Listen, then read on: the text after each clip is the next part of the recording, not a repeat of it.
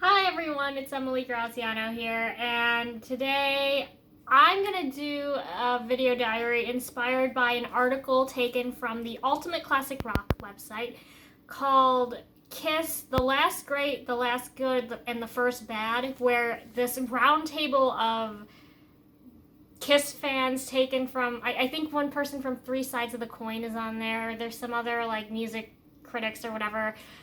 They went in a round and they talked about what their opinions are on like the last good, the last great, and the first bad. And then at the end, they also asked them the question: do you think that Kiss will have more albums, and do they have potential to make a good or great album? I will be answering all of four of those questions today in this video diary. And shout out to my good pal who said, "Hey, you should do this." So thank you for suggesting this.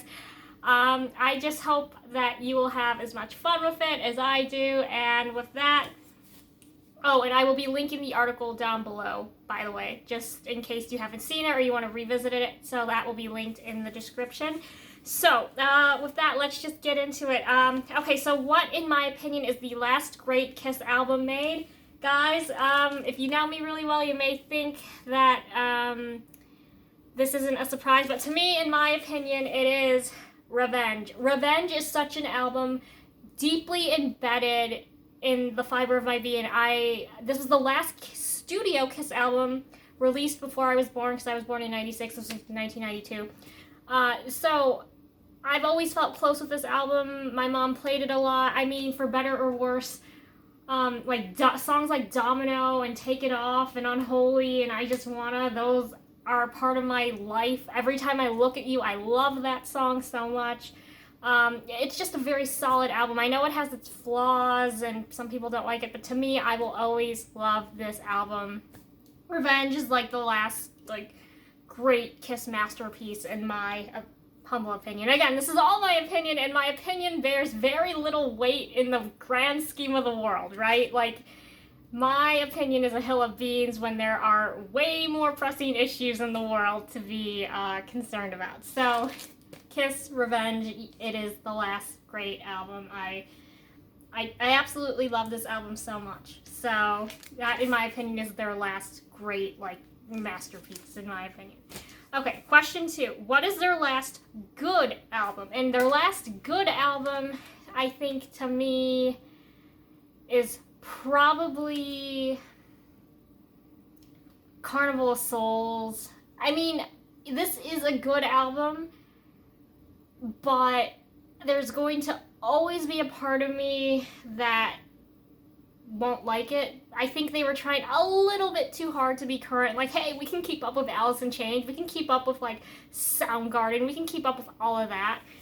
And it sometimes comes off as trying too hard, like you get that. But on the other hand, there are some technically proficient great songs on here. I love Master and Slave. I love Jungle. I like I Walk Alone. I like Childhood's End. And as an adult, now I like Rain. When I was little, I hated Rain. I thought it was too grunge.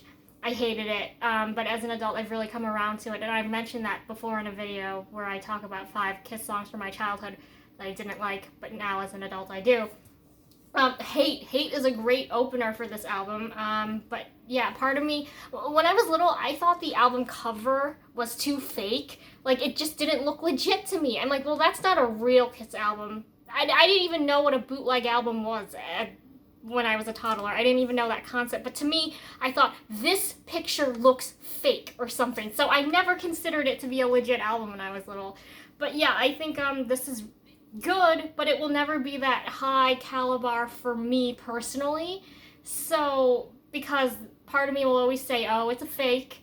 Oh, they're trying too hard. Like, oh, this song, they're trying to be too current. But yeah, I do think it is a good album. It's solid, but it will never be like my top favorite. So that to me is the last good album they ever made. Okay, what is their first bad album they ever made?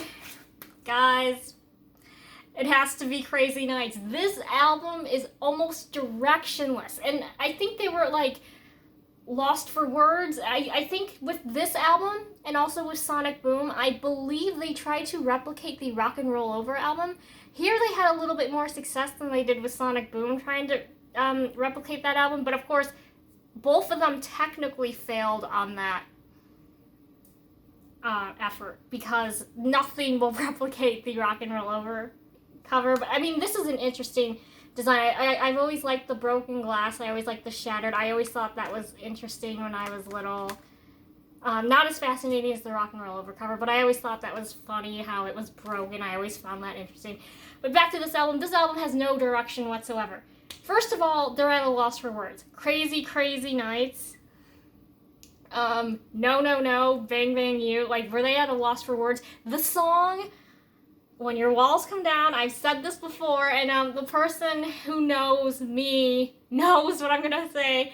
When Your Walls Come Down is some of the worst lyrics Paul Stanley has ever written in his entire career. When you have lyrics that reference Playboy, a nursery rhyme, and the Liar Liar Pants on Fire, and then they mention Playboy. How can this be the same man who wrote Detroit Rock City?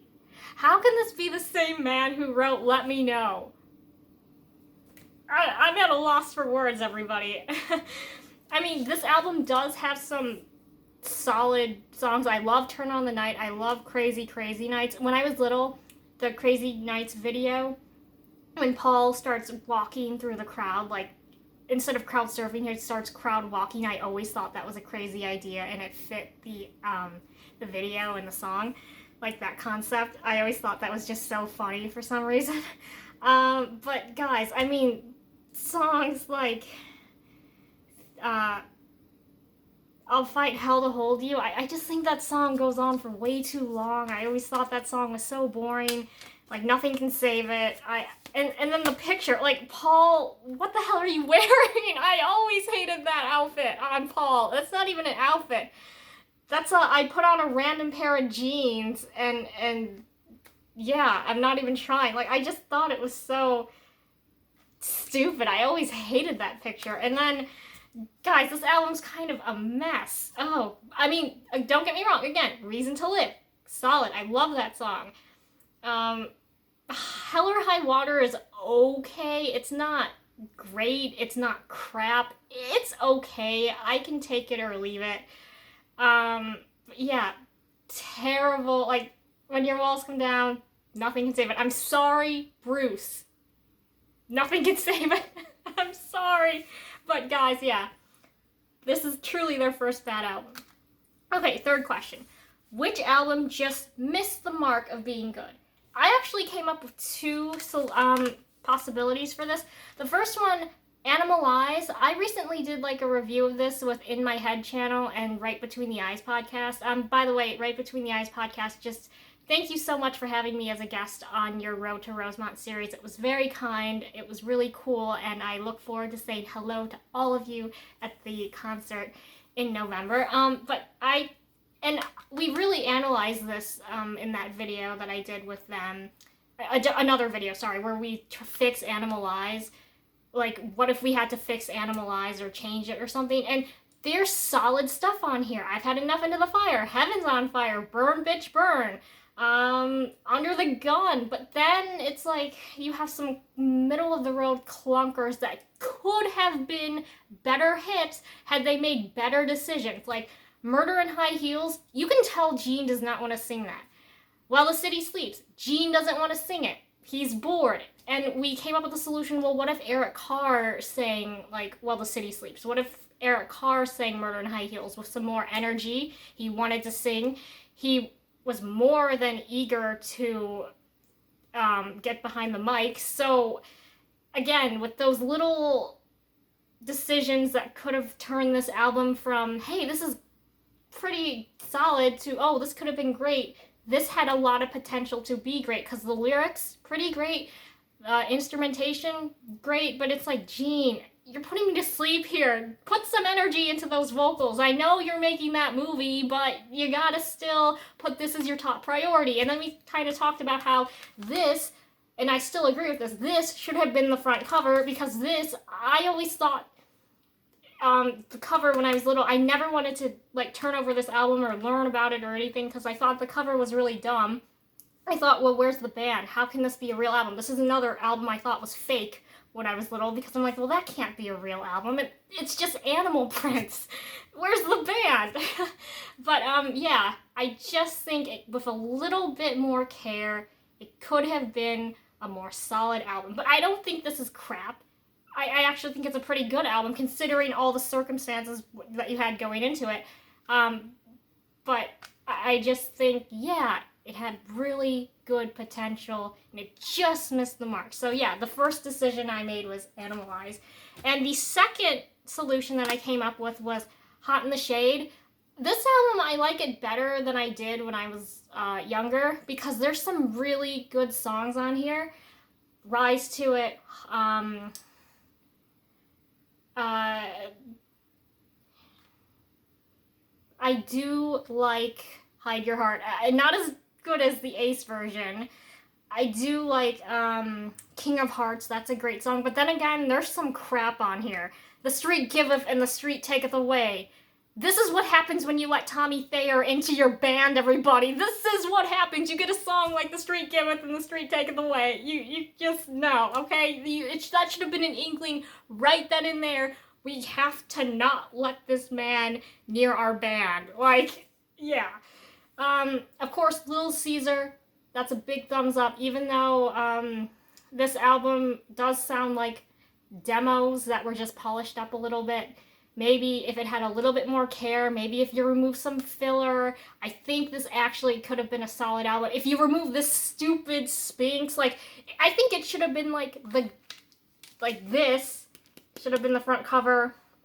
And then you have like maybe the Sphinx as the back cover. That would have been a better solution, but with a little bit more care, yes, I think this album could have been great. Now, everybody, do I think that in the battle between Trouble Walking and Hide Your Heart, I mean, come on, there's no competition. Trouble Walking blows this out of the water. Let's be real. I mean, I just got, here, wait, hang on. I mean, everybody, I just got my Trouble Walking promo, 1989 promo copy signed by Ace. That's how much I love it. By the way, I still can't believe this happened. But, yeah, in the battle, people, between this and that, this. Oh, God, sorry, this. It's like this on the scale.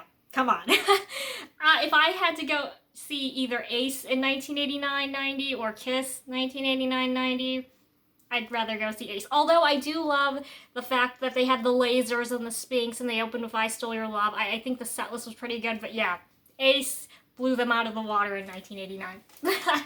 Let's just be real. Okay, the final question. Do you believe that they will make another album? Like, do you agree with the fact that they're stopping? And do you believe that they have potential to make a good or great album? I actually do believe that they will make no more albums. It's been 10 years. I know the gap between Psycho Circus and Sonic Boom, let's see, 98 to 2009. That was an 11-year gap. We're now at that 11-year gap from Monster to the present day, which is 2023 as I record this. Yeah, I think, yeah, they're done. They're basically, I just believe, yeah, it's pretty much over at this point in terms of new studio material. I think at this point the band's just gonna release like archival material if we're lucky. I hope like more albums will get like the Destroyer and Creatures of the Night treatment. I really do hope so. Do they have potential to make a good or great album? Yes, I believe any band has the potential to make a good or great album. The potential is always there. I really believe that. But here's the kicker for me. At this point in their career, they actually have to put a lot of effort. They have to try really hard. They can't just like phone it in because there's a lot of expectation on what they've done and what they could do or would do. And that's the part where they don't have it. To me, the band is now too lazy. They always have that potential to be great, but it's, oh, I don't want to do this. I don't want to make another record. They're kind of at that point, and that's the hardest part to overcome. It's not so much maybe writing the songs or getting a good melody or doing a good riff. I don't want to do it because I'm too lazy. And that's where I think the band is at right now. They're too lazy and they don't want to do it.